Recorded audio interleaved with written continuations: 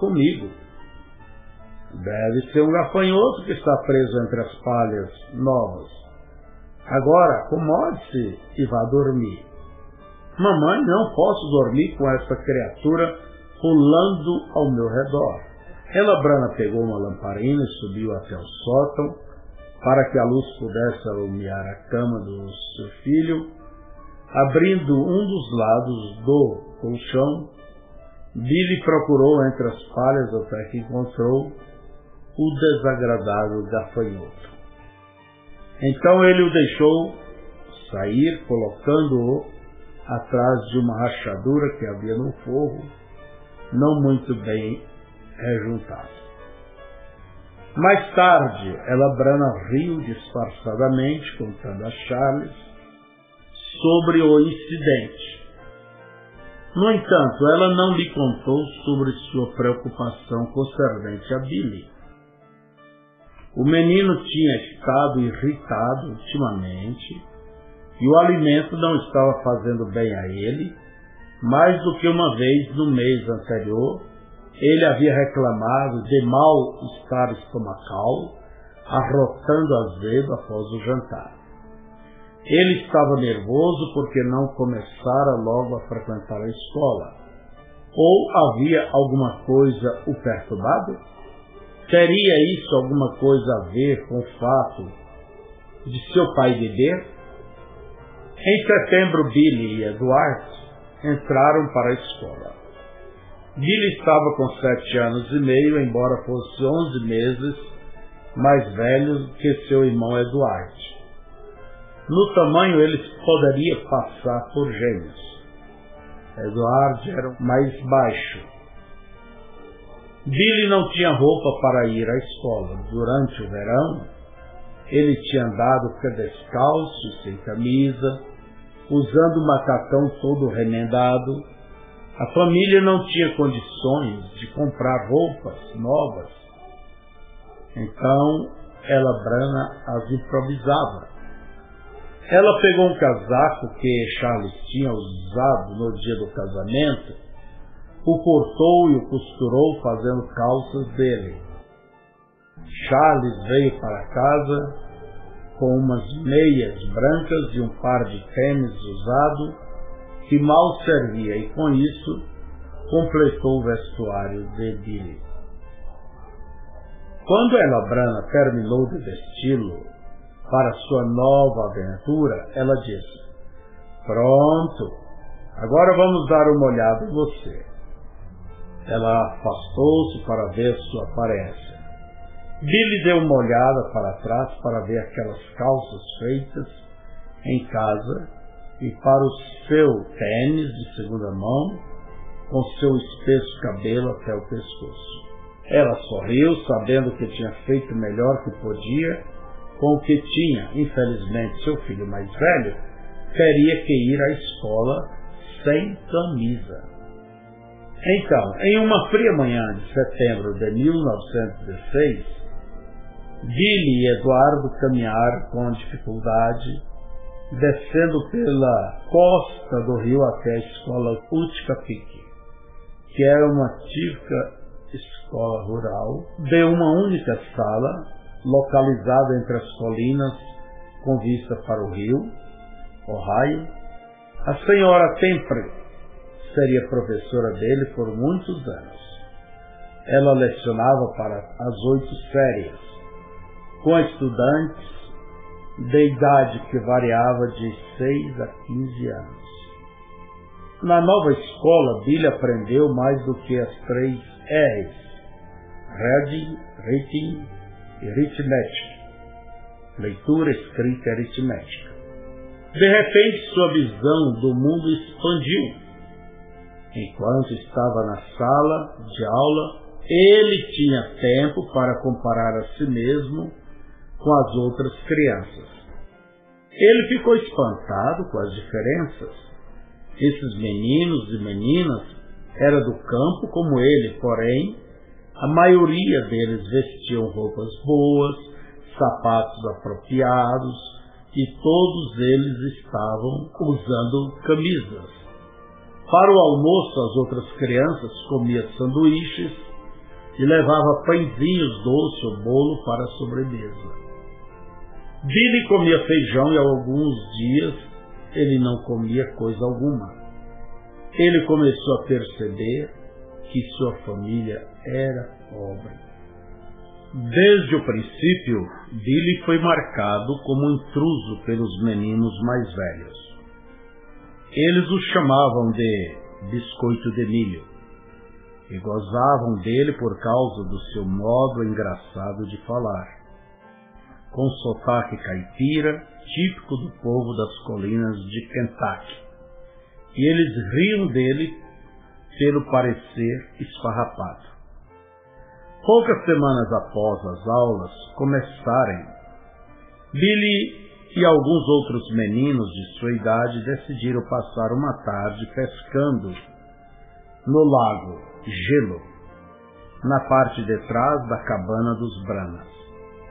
Eles o chamavam de Lago do Gelo, porque o senhor Watten cortava blocos de gelo do lago a cada inverno, armazenava os blocos em serragem e então os usava durante o verão para manter como geladeiras resfriadas em sua leiteria.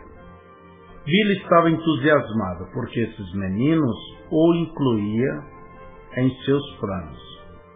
Ele não somente amava pescar, mas desejava fazer parte da turma.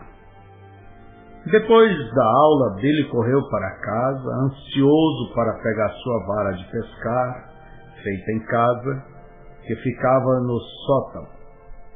Seu tênis não lhe calçava bem e tinha formado um calo dolorido no dedão do pé. Durante todo aquele dia, na escola, ele tinha estado preocupado com o calo.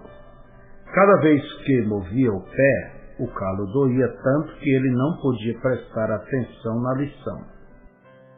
Mas agora, em sua pressa e entusiasmo, ele facilmente ignorou a dor.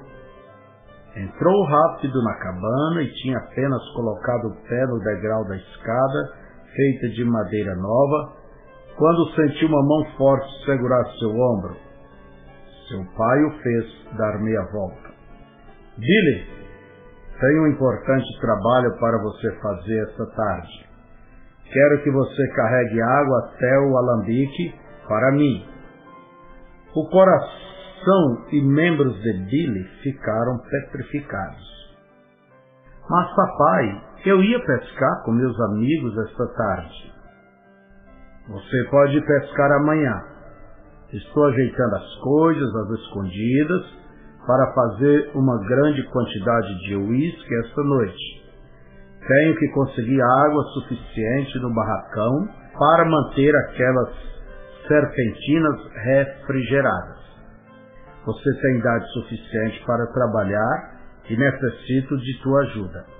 Os baldes estão lá embaixo no celeiro, guardados perto da bomba.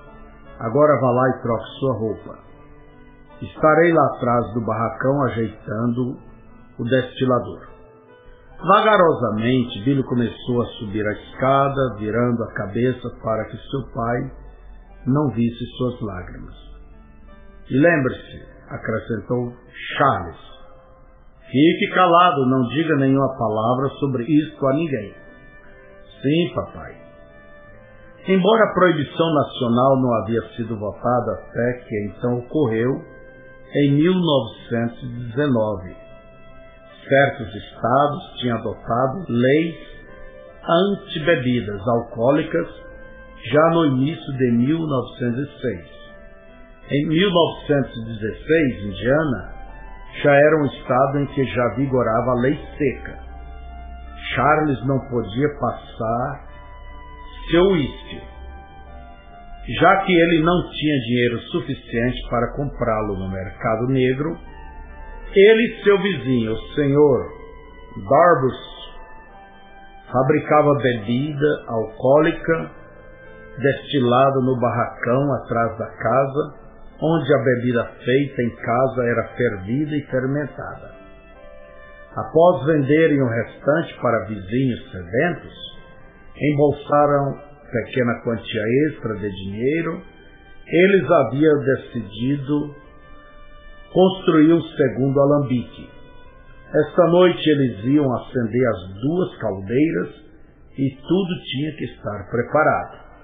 Billy sentou-se em seu colchão de palha por algum tempo, sentindo o calo do pé latejar com cada batida do coração. Por fim, adquiriu força para trocar de roupa. Com grande alívio, ele arrancou seu tênis, tirou a calça que usava para ir à escola e colocou seu velho macacão. O macacão já não tinha alças e agora estava seguro por barbantes com alfinetes amarrados nas pontas para serem colocados no lugar dos botões. Os alfinetes escapavam facilmente através das casas dos botões e quando caía dos lados se tornava muito incômodo. Em seguida ele colocou uma tala no dedo, o que quer dizer que ele tomou um sabugo de milho e o amarrou sob o dedo dolorido para mantê-lo livre do solo. Vagarosamente ele desceu a escada e com muito custo caminhou, descendo a colina em direção ao poço perto do celeiro. 2 baldes que eram usados para melado estavam perto da bomba d'água. Billy bombeou até enchê-los. Cada balde continha meio galão de água, e isto era tudo que seus músculos de 7 anos podiam fazer para levá-los por suas alças improvisadas. A tarde estava amena e perfeitamente calma. Nem um sopro de ar agitava o seco e amarelado capim. Enquanto Billy subia pela trilha, ele ouviu risos vindo do lago de gelo. Não muito distante, seus colegas já estavam lá, pescando e brincando, tendo um bom tempo. A decepção de Billy o fez irromper em lágrimas. Na metade do caminho, colina acima, perto do jardim, Billy sentou-se para descansar à sombra de uma grande prateada árvore de álamo. Marcas de lágrimas escorridas, misturadas com poeira, estavam estampadas em seu rosto. Ele lamentou-se. Não é horrível? Todos estes garotos pescando, e eu tenho que ficar em casa e carregar água? Ele ouviu um som como que de folhas fazendo ruído ao vento. Porém, Billy não podia sentir a brisa. Ele pensou, o que é isto? Ele olhou ao redor. As folhas quais estavam recém começando a se tornarem marrons, permaneciam perfeitamente imóveis. Em lugar algum ele podia sentir sequer um sinal de vento. Ele continuou com seu mau humor. Seus pais não podiam fazer isto, porque eu teria que carregar água para essa caldeira das destilarias? Ele pôde ouvir as folhas fazendo ruído novamente. Levantando-se, olhou para os galhos acima dele, mas não pôde ver coisa alguma se movendo. Ele, ainda chorando e reclamando, pegou os baldes e começou a subir a trilha. Seu dedo, com a tala, deixava um rastro peculiar atrás dele pelo caminho. Ele tinha caminhado a uma pequena distância quando ouviu aquele ruído novamente, mais alto do que antes.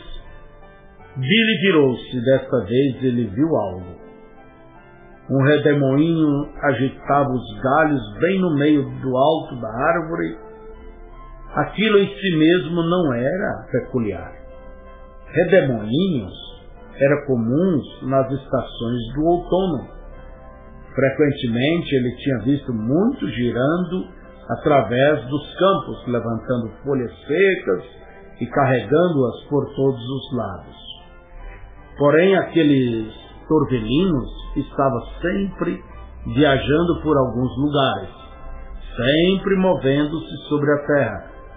Este redemoinho parecia estar preso em um lugar.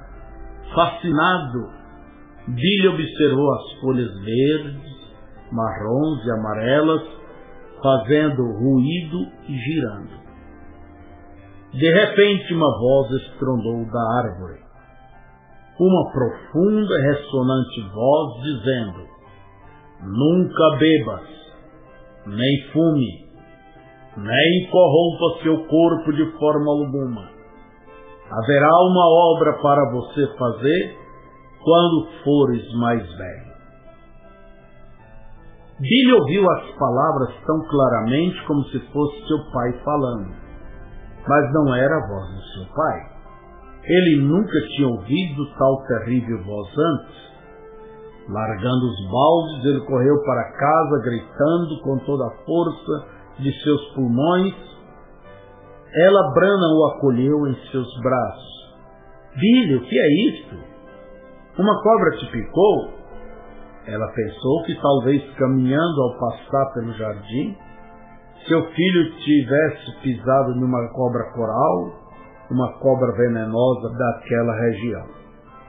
Não, mamãe, ele disse, soluçando, e apontando para a colina em direção ao jardim. Tem um homem naquela árvore ali. Oh, Billy. Billy, o que é isso? Você parou e dormiu? Não, mamãe, tem um homem naquela árvore, e ele me disse para não beber nem fumar. Sua mãe riu disso. Ela abraçou seu filho e beijou sua testa, tentando acalmar seus nervos. Contudo, Billy estava histérico e não conseguia se acalmar. Ela o colocou na cama, então foi apressadamente ao vizinho mais próximo, que tinha telefone, e chamou um médico. Após ouvir a história, este médico disse: o menino simplesmente está nervoso, ele ficará bem. Aquela noite, no jantar, Billy repetiu a história. Tem um homem naquela árvore e eu ouvi o que ele me disse. Nunca mais vou passar por lá novamente. E ele nunca mais passou. Daquele dia em diante, sempre que ele ia ao celeiro, ele se desviava da árvore de álamo, dando volta pelo lado mais distante do jardim.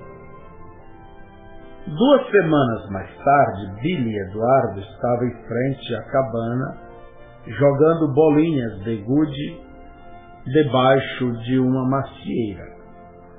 Quando de repente Billy sentiu algo peculiar vindo sobre ele, uma pressão que fazia com que sua pele ficasse formigando, como se algum tipo de energia não vista tivesse ao redor dele.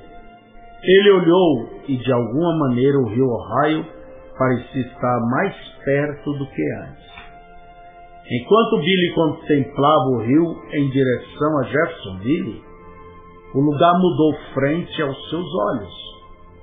Uma ponte se formava da margem e estendia-se pelo rio, peça por peça sendo construída em movimento rápido.